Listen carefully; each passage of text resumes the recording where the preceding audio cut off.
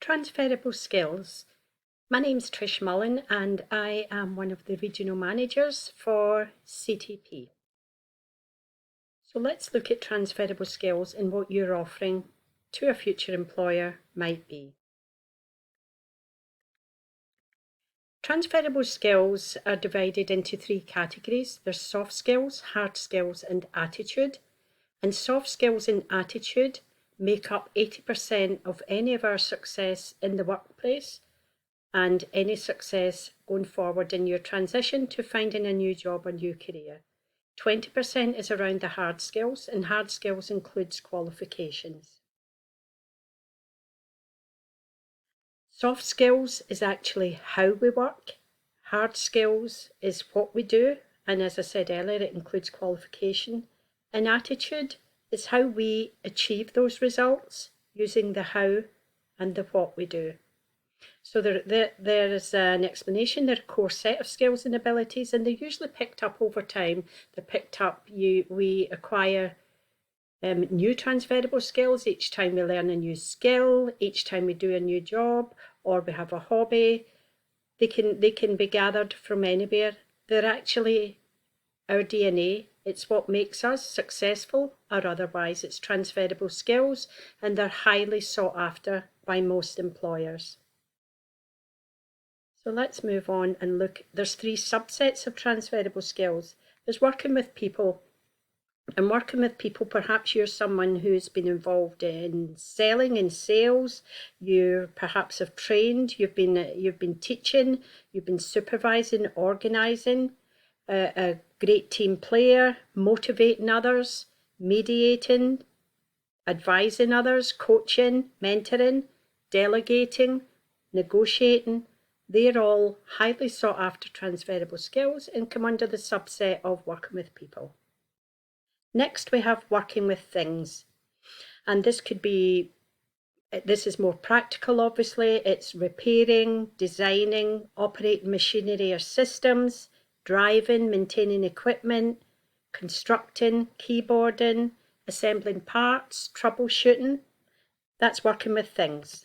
And then lastly, working with information and data, calculating, developing or working with databases, spreadsheets, accounting, writing, researching, testing, computing, filing, sorting, editing, gathering data, analysing, and budgeting.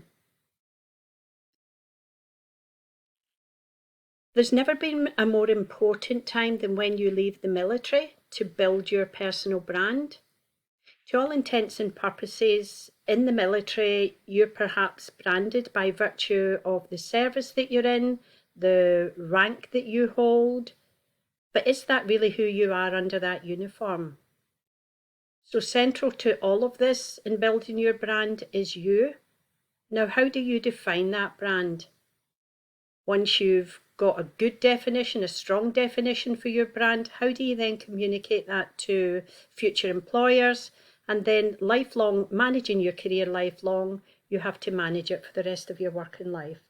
So how might you do that? How might you define who you are?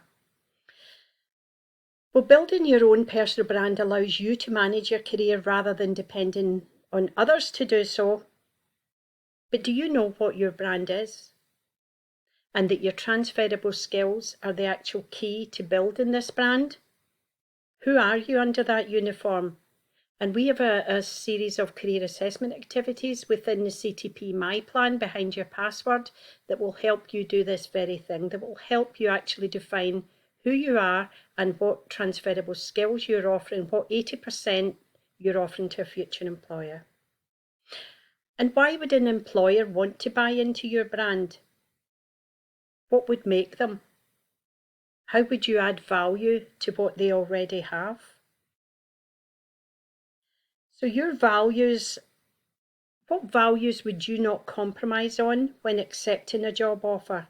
What values do you hold dear? And are they aligned with this company's ones? What are you passionate about? For example, helping others, working in a team, flexible working, etc. Is that a strong value of yours? And does the role that you're aiming for allow for this? Strengths. What are you good at that you enjoy doing in a role? Some examples of strengths are good communicator, innovator, problem solver, decision maker, leadership qualities, time management, just to name a few. There's lots more. And your attitude, this is all around how. This is the how. How do you approach tasks? Do you just go through the motions? Do you innovate? Do you consult with others? Do you demonstrate a willingness and a motivation? Do you go that extra mile for a colleague or a customer? All of these will help you define who you really are. So once you have started to make inroads into defining what your brand is, how do you then communicate it to others?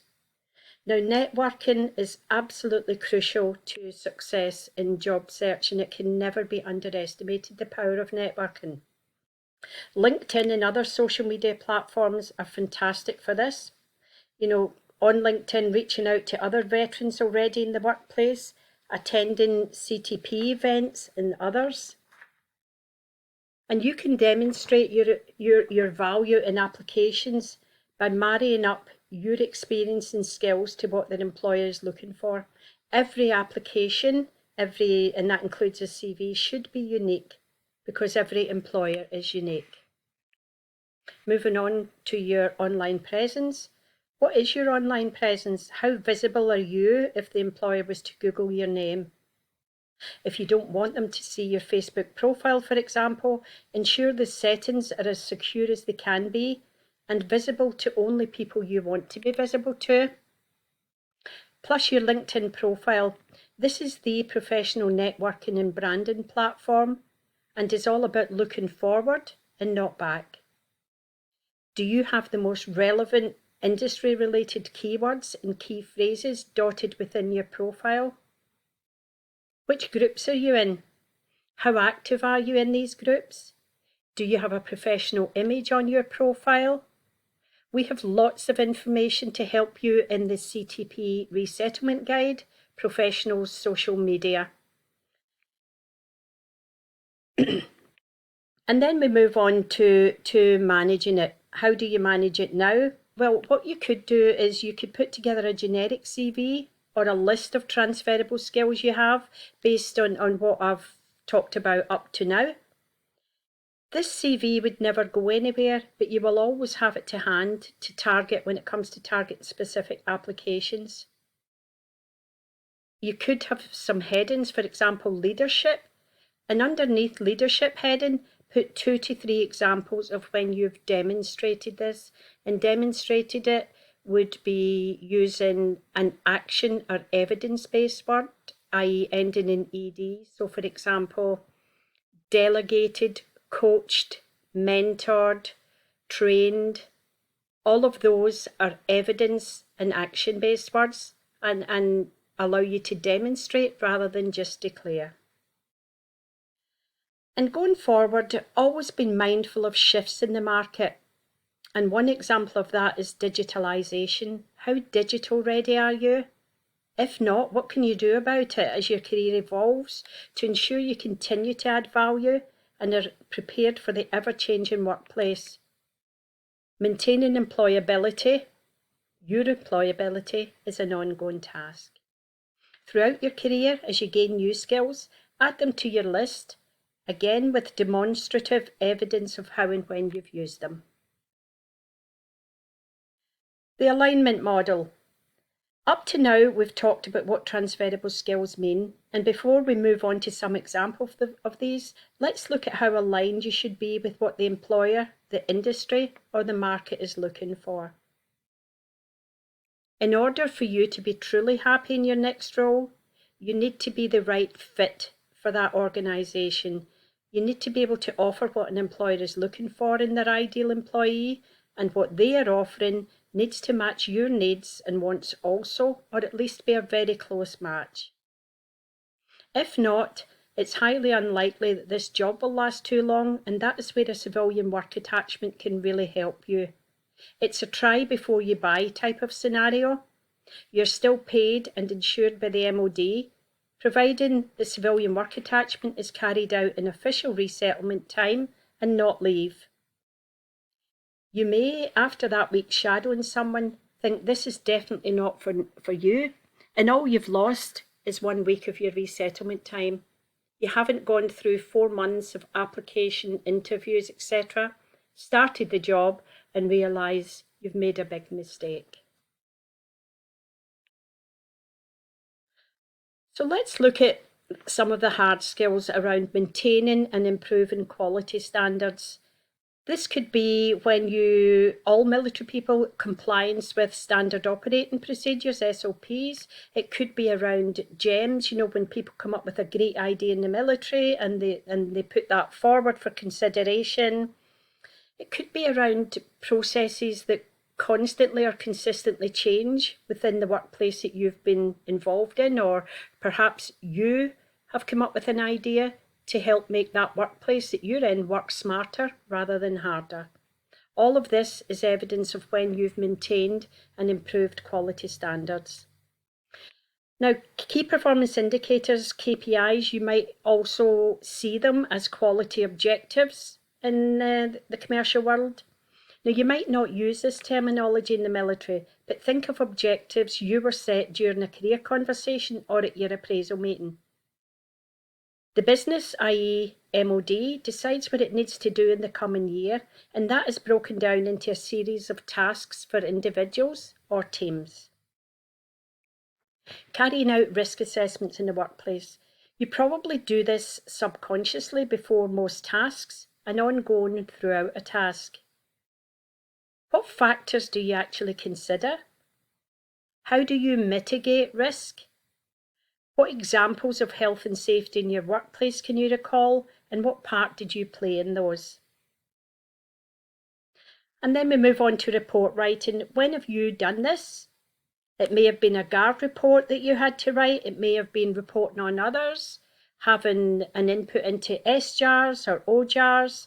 It may be audit reports. You may be an auditor in the workplace, or you may have had to prepare reports for audits, handover reports, to name just a few. And report writing, again, is a transferable skill. Budgeting.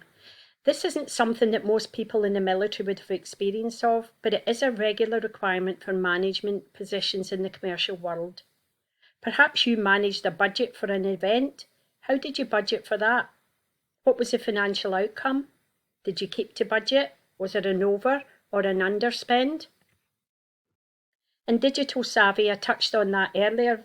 How current and competent are you with technology? We live in a digital world now, and searching, selecting, and evaluating information in digital media has become the norm.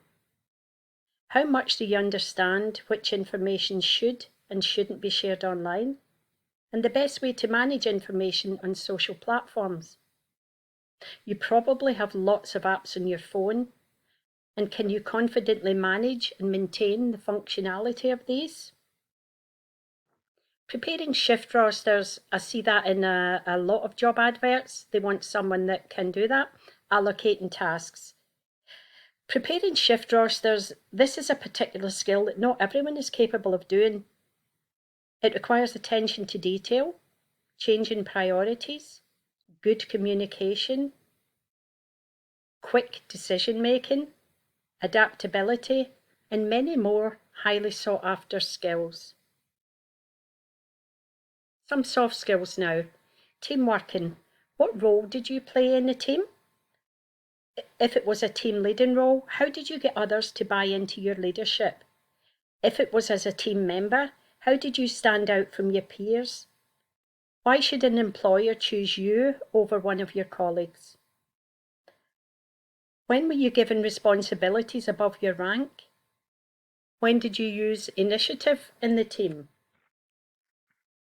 Problem solving, a key transferable skill, again highly sought after. Most military people learn problem solving skills from day one. This is in basic training. Consider when something has gone wrong. You've been tasked to do something, you don't have the right kit, or it doesn't work. What did you do? How did you create a safe workaround? ensuring that the customer received their end product. Next transferable skill, soft skill, is remaining calm under pressure. What high-pressured situations have you found yourself in? What coping mechanisms did you use to ensure your emotions remained in check? Flexibility and adaptability. Think about when you started doing something only for the priorities to change and you quickly had to move on to something else. How did you adapt? How did you ensure the previous task then got finished? How do you know that your line manager and colleagues find you reliable? When have you had to step outside of your immediate role? Think deployments, training, assisting public sector bodies during crisis. Multitasking and prioritising. This is quite similar to the above. What examples can you think of where you've been working on several tasks at once? Perhaps stopped in the middle of something to do something more urgent? This happens often when an email comes in or the phone rings or someone comes in to see you. How are you able to keep up with everything? Ability to learn new tasks quickly. How open are you to learning new skills and implementing them? What's the best training you ever had in the military? What made it so good? How did you use the new learning and master the skill? And the last one in this category is the ability to get things done. How do you tackle a task? What do you consider before starting? How do you monitor progress throughout and afterwards? What reflection do you undertake at the end of a task? How often is a task given to you rather than a peer or a colleague? Why were you chosen? And it's thinking of all of those questions that I've posed in this section, making notes, perhaps stopping this webinar or this video, making notes as when it's triggered something in your memory, making notes and starting to build up your bank of transferable skills. So moving on now, the skills valued by employers, and there's 6 of these. Initiative, not waiting to be told what to do, looking for ways of improving. Demonstrate to the employer where you used your initiative before and you achieved positive results. What have you done to go above and beyond your job description? When have you implemented ideas your peers hadn't thought of? And a willingness to learn. None of us ever have all the answers. As well as demonstrating your transferable skills for the role and how you will add value, you will also want to express your interest in learning more about this job in this industry. Can you think of a previous experience when you did this? Think about all of the training you've done in your military career. What was the learning from each of those, and how did you build on that learning within the workplace? And attention to detail. This is a common sense skill. Do you take notes in meetings, perhaps? Do you ask questions to clarify instructions? Do you read and follow directions? Do you proofread your emails before sending? Do you ensure that you read over your CV and cover an email, as a mistake on either will indicate a weakness in this area? Innovation and creativity. In most organisations, there's a need for fresh perspectives on existing problems. When have you done this in a previous role? How does your thought for change start? Is it with your customers, yourself, or the organisation, or perhaps all 3? You all had customers in the military, albeit most of them also wore a uniform. When did you think outside of the box in order to complete a task? When have you innovated outside of work, if not inside? Flexibility. The world of work is in constant fluctuation. Employers are looking for people who thrive on change and are not paralysed by it. People who are open-minded. When have you experienced change in a previous role? How did you react to that? What was the outcome? What did you learn about yourself during that process? What other experiences can you use to demonstrate your ability to adapt to change? And lastly, the 6 top skills valued by employers is communication skills. Writing, speaking, and interpersonal skills. How persuasive are you when discussing an idea? What examples can you use of when you did this and the overall result?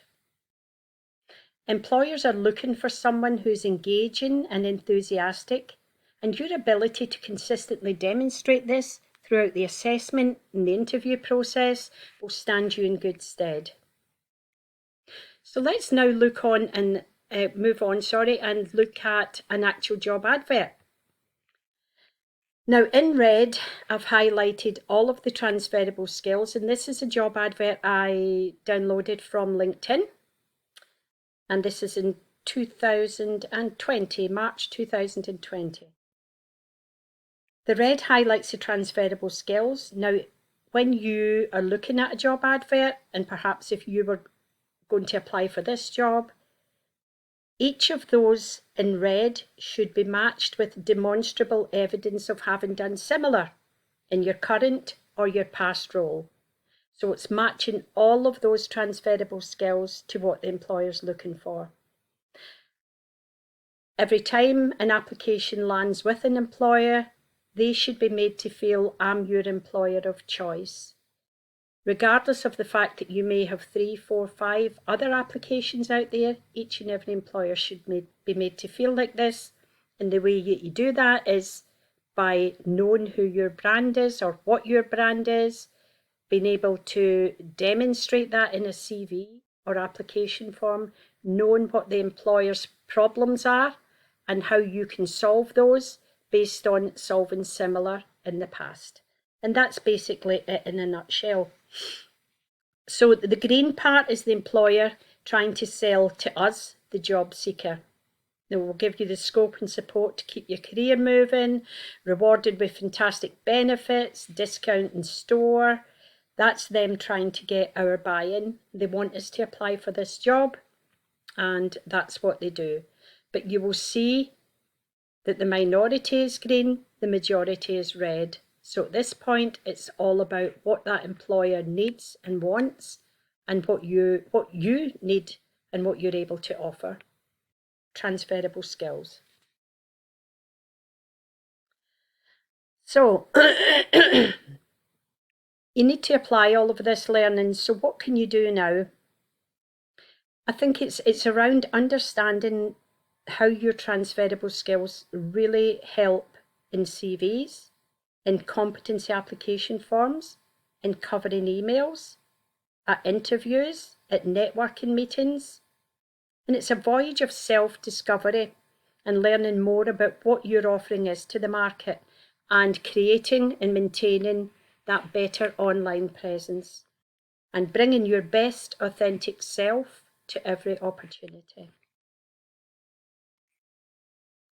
So, the 7-step guide to identifying your skills. List every job you've had in the last 5 years, and this is an activity that's really going to help you. Every job you've had in the last 5 years. It can include any voluntary work you did, any sports you played that you had a particular role within. Then, for each job or sport, write a sentence underneath it, or write a few sentences, and then underline the action within that sentence. Avoid words like responsible. Responsible for is quite weak. It doesn't let an employer know you've actually did something. So replace it, and if you do come across or find that you've written responsible for, replace it with an action or an evidence word, such as while working in a large logistics department, I accounted for equipment and systems with a value in excess of 5 million.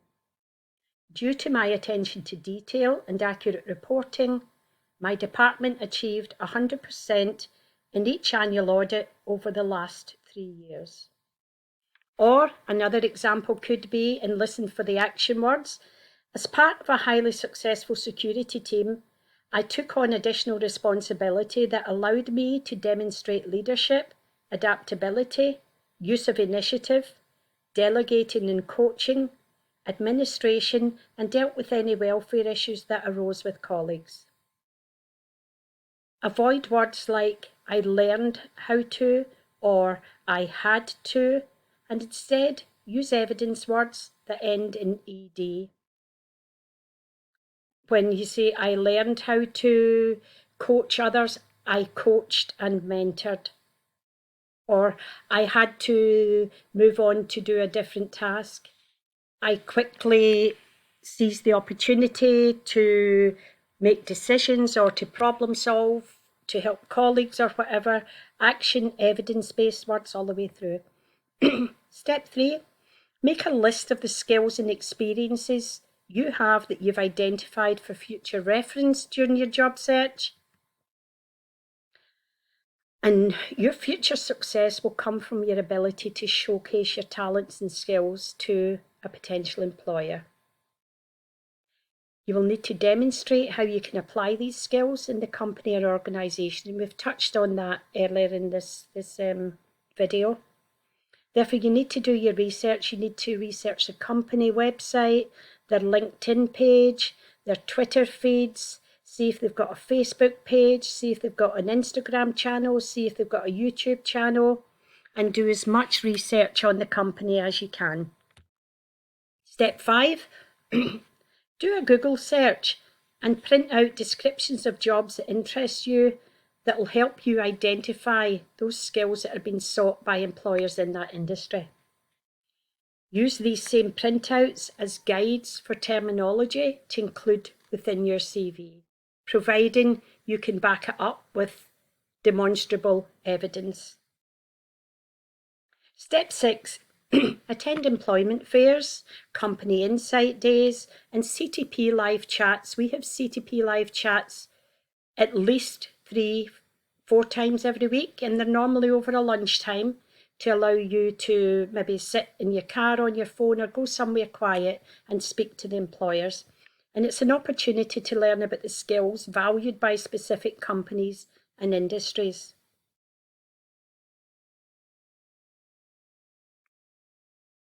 Step 7, last step, consult with your CTP career consultant to help you further identify relevant transferable skills that you can include in your CV and during networking and interviews. Also use the CTP job database, Right Job. This is employers actually looking for service leavers and veterans. Read through those job adverts, look at the terminology. Those employers understand that not all service people have the 20%, i.e. the qualification, but they know that they have the 80%, the transferable skills in abundance. And providing which is the right attitude and transferable skills. And they know if they recruit someone like that with potential, which they do by the hundreds through CTP, then the chances of filling that 20% gap are very high. Should they need to, many don't. They recruit on the 80%, the transferable skills. So just in finishing, transferable skills are the foundation upon which you will build additional, more complex skills as your career unfolds. So start today, start making your list of skills, and you'll discover that you have a lot more to offer than you perhaps realised.